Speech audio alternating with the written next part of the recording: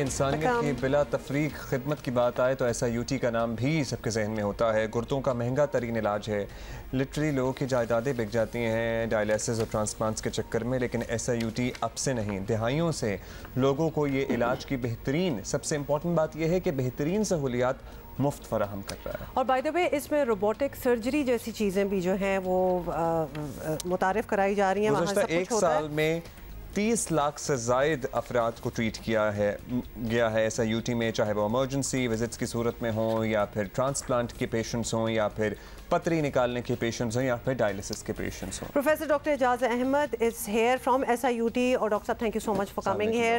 Doctor صاحب یہ پورے اسٹیٹس کا آپ یہ پرچہ ساتھ لائے ہیں، مطلب ہزاروں لاکھوں کی بات ہو رہی ہے۔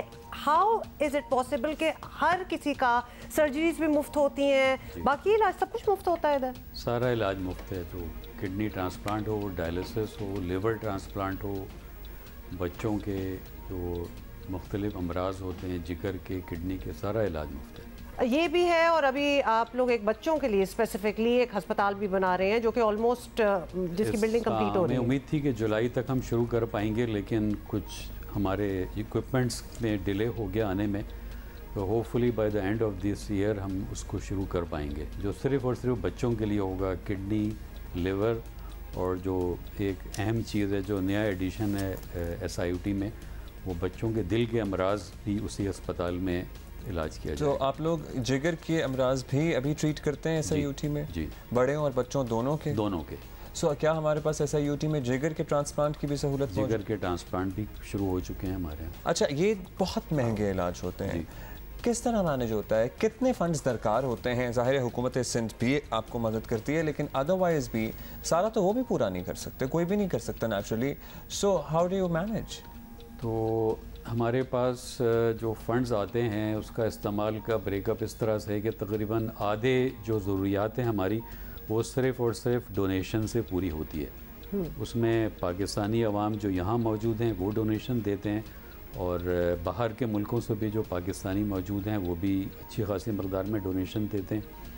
اور سندھ گورنمنٹ نے بہت اچھا کیا ہے کہ جب اس نے ریئلائز کیا کہ ہمارے یہاں پیشنٹ کا لوڈ اتنا بڑھ گیا ہے، تو انہوں نے آہستہ آہستہ جو رقم ہمیں دے رہے تھے اس کی فگرز بھی وہ بھی اچھی خاصی بڑھ گئی ہیں۔ تو سمجھ لیں ہمارا سالانہ خرچہ اب 10 ارب سے تجاوز کر گیا۔ سالانہ خرچہ؟ اور پورا بھی ہو رہا ہے؟ وہ پورا ہو رہا ہے۔ جو مہنگائی ہوئی ہے۔ ڈاکٹر صاحب اب آپ کہہ رہے ہیں آدھا تو چلو وہاں ہو گیا، اور آدھا جو ڈونیشن جو انڈیویجولز کرتے ہیں اوورسیز سے بھی کرتے ہیں، کچھ آپ کے سیٹ کوئی پیٹرنز ہیں، کوئی آرگنائزیشنز ہیں؟